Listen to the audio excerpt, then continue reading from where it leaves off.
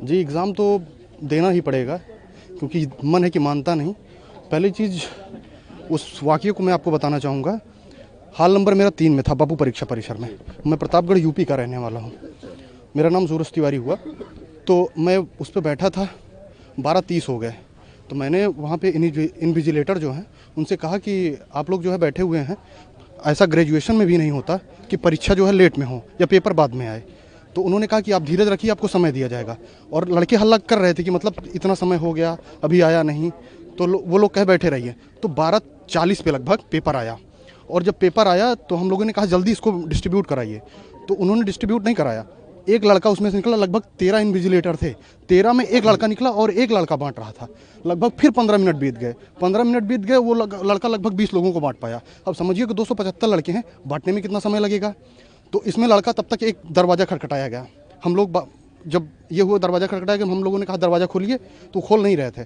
फिर तेज़ तेज़ आवाज़ आने लगी तो खोले। जब खोले तो वो लड़का पेपर लेके आया।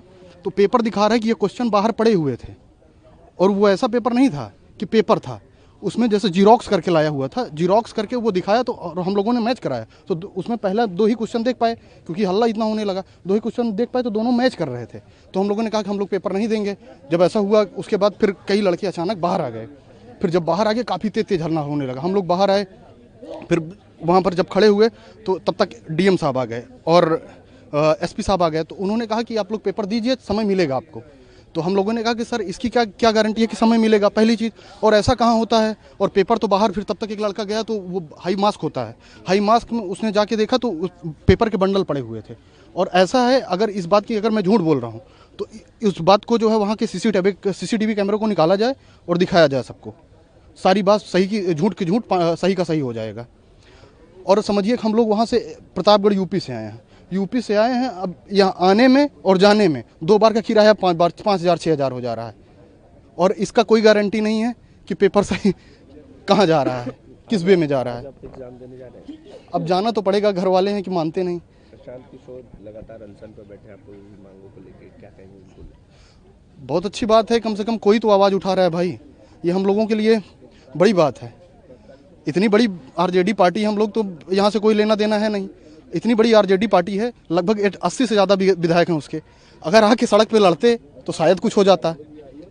आरजेडी है, बहुत सारे कांग्रेस हैं, अभी तक कहाँ थे। हमें यहाँ की राजनीति से कोई मतलब नहीं है।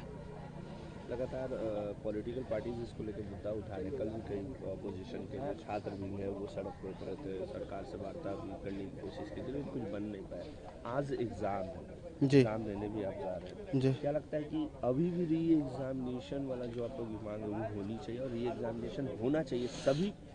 देखिए, अगर मेरी अकेले बात हो तो मेरी ठीक है कि मैं उतनी दूर से आया हूँ, हो जाए ठीक है। लेकिन ये लार्जर हित में देखेंगे, लगभग 4 लाख बच्चों की बात है और वो सभी परीक्षा दे चुके हैं।